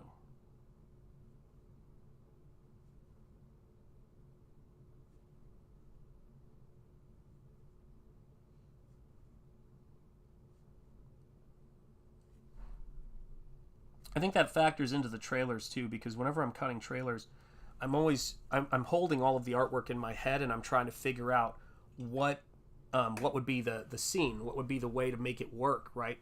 And so when I was doing the trailer for Mike, one of the things I ran into was I was looking for a way to bridge the different time periods. So going back, you know, to ancient times, and then bringing it into current times, you know, where Ella is living, and, you know, just trying to unite all of those different things, Gilgamesh and you know, all of that stuff. So that was a thing that was really helped by the fact that I remember the book and I've seen all this stuff. So I want to play that for you guys, because it'll give you an example of what I mean. But look what I'm doing with the helmet in this. It was so fun.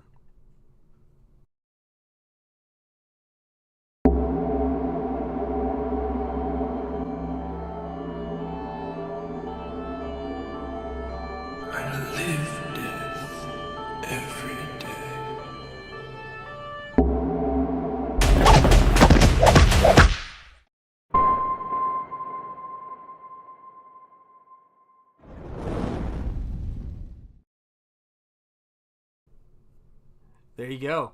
You know, short and to the point, but really trying to show off what the you know, the vibe of the book, or the different vibes of the book for me. And so, you know, it's keeping that stuff going, keeping the energy going, because it's hard to spin all of these plates sometimes, but we kind of just do that stuff for each other. And I've always liked, I worked in a movie theater back when I was in that barbershop in Skokie, Illinois. I worked in a movie theater when I was growing up in Hickson, Tennessee. And one of the things about it that was fun for me was going into the movie theaters and seeing all of the trailers play. And I would go in there and I'd watch those trailers play and see all that stuff. And I thought, wouldn't it be cool if we did, you know, we had these trailers that we do for comic books, but I had a little bit of I created my own motion picture, you know, type logo to say that this has been approved. Make a reference to Pall Mall filterless cigarettes in that, where it's wherever particular people congregate was their slogan. So yeah, thank you, Cranberry Landers. I appreciate that, man. Michael Bancroft, my first piece of Shanth art. I'm stoked. More to come, right, Shanth? Absolutely will be. Holy hand grenades. Hail, Shanth. Hail, chat. Hail to you, Holy hand grenades. It's great to see you.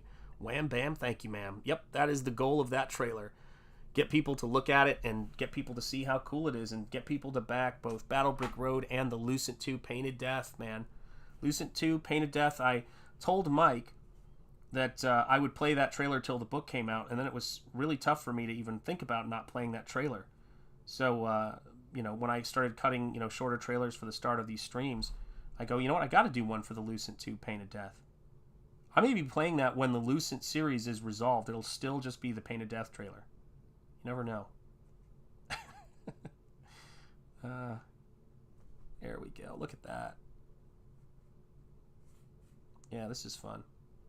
And I mean, my favorite trailer that I've had the chance to do recently, of course, is the trailer for Fearsome by Ethan Van Sciver, David Williams. Oh my God, why am I... Jason Wright. Almost forgot that. Jason Wright and Eric Weathers on letters. And I'm a big Saul Bass fan and a big Psycho fan, so I know that Ethan loves Alfred Hitchcock, so and loves that movie. So I wanted to do the Psycho Saul Bass Fearsome trailer, and that was a blast to do as well. Yeah, grab an oar, as they say, is the mission. Look at this. It's starting to come together, guys. It's starting to come together. Look at that. My goodness. Yeah, I mean, if I don't have artwork to inspire me and fellow creators to, just be supportive and encourage things on, I mean, I'm not able to do the things I'm able to do as well. And it's creating in a void sometimes it's what you have to do. But having folks around you who you can talk to about things like, who did you use for shipping and things like that is really important. Yeah, grab an orc indeed. I agree, Mr. Monkey Boy. Let's see here. Okay, just want to make sure I have my stuff. I'm going to move this just a little bit. Sorry for the sound, guys. Here we are.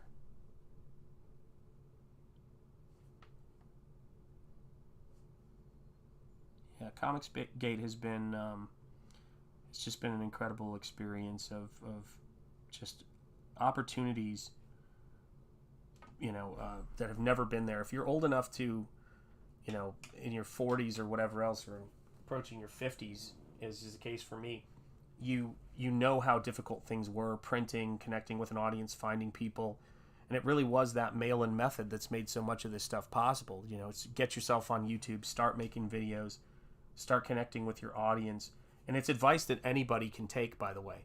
It's advice that any creator can and should take because it works. It's useful. All right, Shanth, I'm going to need to see your creative license for that best cop voice. Yeah, absolutely right. Yep. Internet dipped. Understand, man. Yeah, there's cool stuff to be had. Yeah, you need to be able to do it out of Hobbit. Oh my God, you guys. Oh my gosh. Yeah.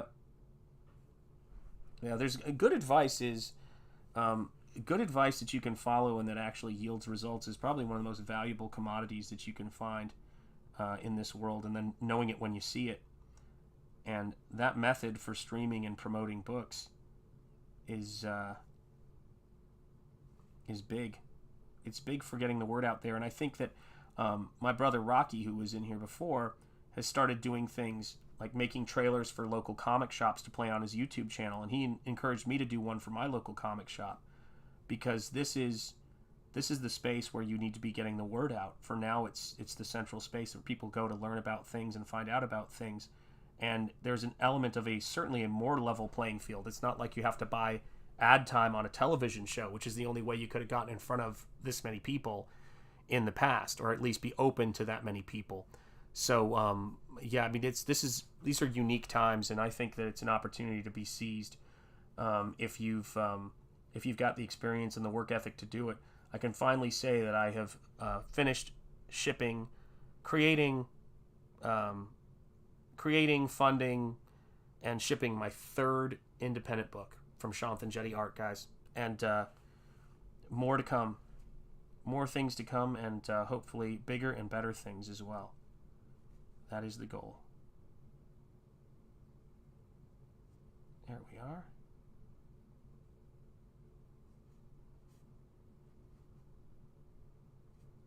Look at that.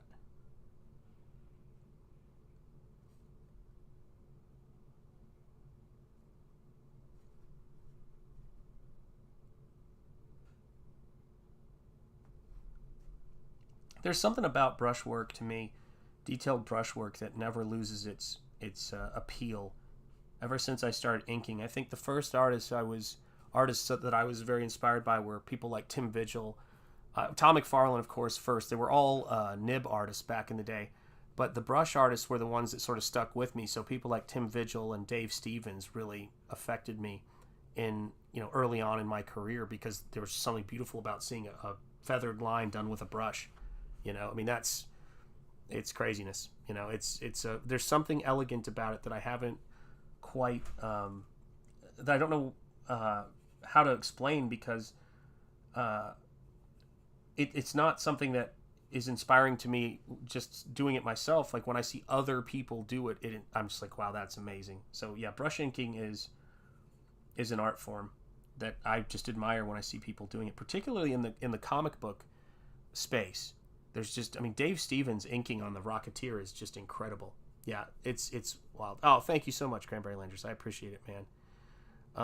It's crazy, and thank you again for that. I do know what you mean, and I appreciate. Yeah, Vigil's brushwork was ridiculous. It's so good.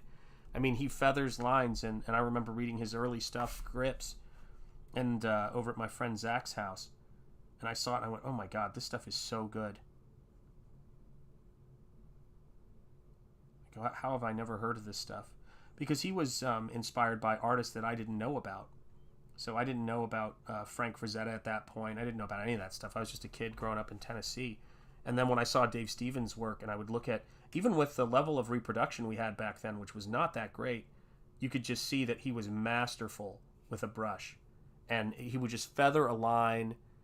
I mean, he could ink anybody's stuff, and their stuff would look better. He inked Jack Kirby. He inked like all of these other artists, Wally Wood, and he just brought something to it. And I love that, man. It's incredible stuff. Incredible stuff to look at. Okay, confluence of... I'm going to need to lurk for a bit. Understood. And hello at Holy Hand Grenades, you're saying. Yes, indeed. Absolutely, guys. So and guys, I appreciate you guys being here. If you have not hit the like yet, oh my gosh, we're at 29 likes. Holy cow. The next person brings you to 30. There you go. Well done, guys. You guys are crushing it lately on these streams. And it's, oh gosh, it is so good to be back with you guys and having gotten all of that that fulfillment done. But my mind immediately starts going to, all right, I got to do the next one. But, you know, it's different. A second chance campaign on Nosfero, I don't have to paint the entire book, write it, come up with all of that stuff. So I really get to focus on promoting it while I do these streams and working. So I'm really looking forward to that. Because I want more people to get this book and see this book. Because I think it's, for horror and monster fans and Lovecraft fans and Frazetta fans and people who love painted work, I think it's a breath of fresh air. And I think that, you know, it's just something that I think will bring a little bit of beauty into your home. You know, and give you that excitement that I think we all feel when we support independent creators who are putting their time and energy into, you know, making something that is fully independent for us. And it's a cool time to be creating in, and it's a cool time to be getting books in. I love that connection that we have with our audience here in Comicsgate. It's incredible. Let me see here. Alrighty, let's go. Get this in here. So now I've just got to figure out. This is a very crazy character. When I was trying to wrap my mind around it, I was thinking, okay, so this moves here, this moves there, and then where does this part go? And but that's the fun thing about all this. It's the fun thing about being able to look at new characters. There's so many new characters where we're watching their stories unfold, and I don't know. There's something exciting about that. It's the introduction of a character. It's the first time we're seeing it, you know? And so, excuse me, oh my gosh, we just hit 30 likes. Thank you guys so much. But it's the first time seeing, you know, all of these characters. So there's a freshness to it. You know it's being made no matter what time period the story's taking place in, or what world, or if it's science fiction, fantasy, kaiju, a mixture of the both, imaginative fiction, mystery, suspense, whatever it is.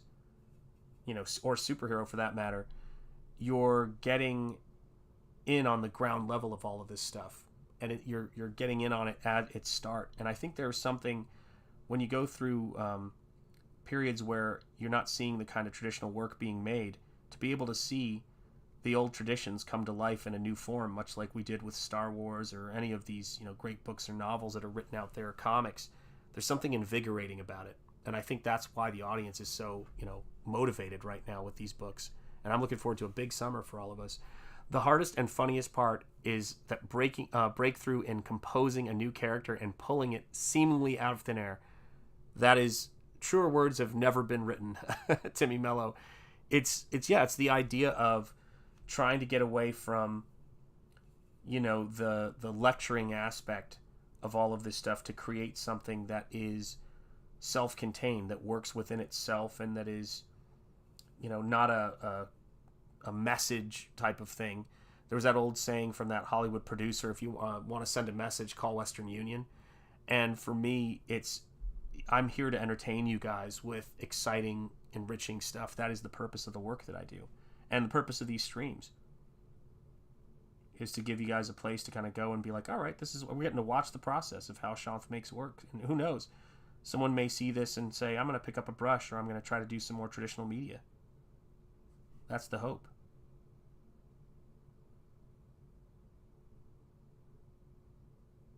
Or I want to pick up a comic book by any number of the independent creators in the chat, and hopefully want to pick up Nosfero, second printing.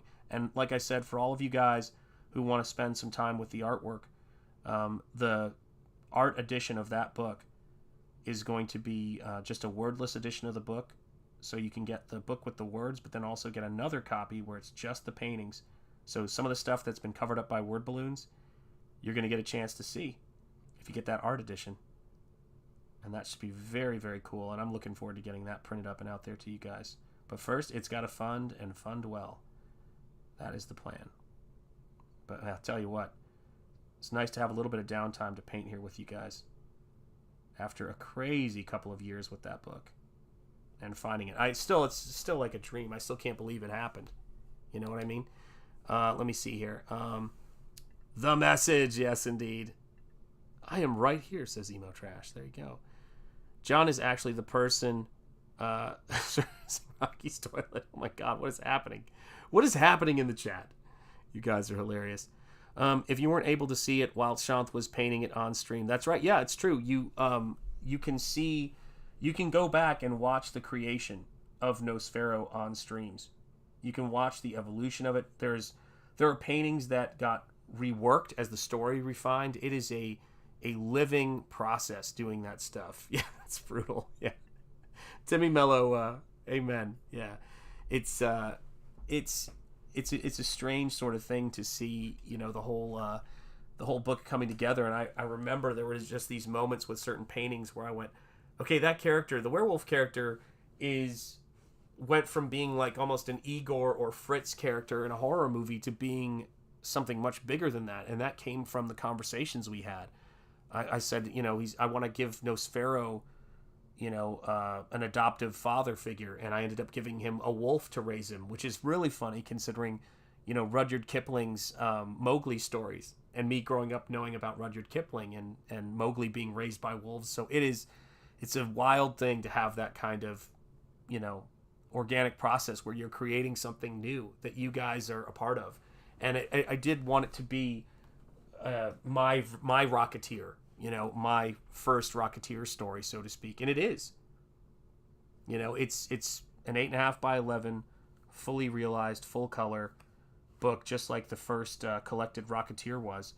And I could not be happier. The color reproduction on this book is amazing. They did a great job. I used the same printer. They're here in the States. It is expensive. And I put a lot of money into making these books as, you know, look as good as they do. And there's a lot of back and forth to get the color reproduction on the interior of this book as good as it is, so that it looks like this is as close as you will ever get outside of, you know, seeing the paintings themselves to seeing what the colors look like on the paintings. I was just holding the paintings next to this book while I did that. And the great news about that is you only have to color correct a painting, you know, once for a digital file before your printer knows what to do with it. So that's a bit of a relief. So yeah, this is Nosfero right here, guys. That's what it is. I mean, I cannot believe how well some of this stuff reproduced. I mean, it is incredible, the colors that I was able to get in this book. And I'm very, very proud of how it came together. And this is my first painted comic book. I mean, I did not have any idea how this thing, you know, how this was going to go. I hoped, you know, and this is a new character. So there's a lot of new things about this book that I was having to manage. And I just go, well, I know I'm not going to quit. So it's going to get done or I'm going to be done. You know, and that's how it went. And it is just a wild fantasy. You know, it's just crazy. Yeah, there's a lot of Easter eggs in this book, 100%, and some fun action, some great paintings, and yeah, there's some amazing moments in this book that, you know, even just the first page. I remember working on the first page and thinking, okay, there's a lot of pages after this, but I think this is going to work. I think this is going to work. I think I'm going to be able to figure this thing out and make a painting that is going to be in a book of paintings. It's going to be beautiful to have, and a story that's going to be positive and uplifting. And you guys made that stuff happen. Yeah. There are a lot of Easter eggs in it. Absy, you know them all now. Yeah.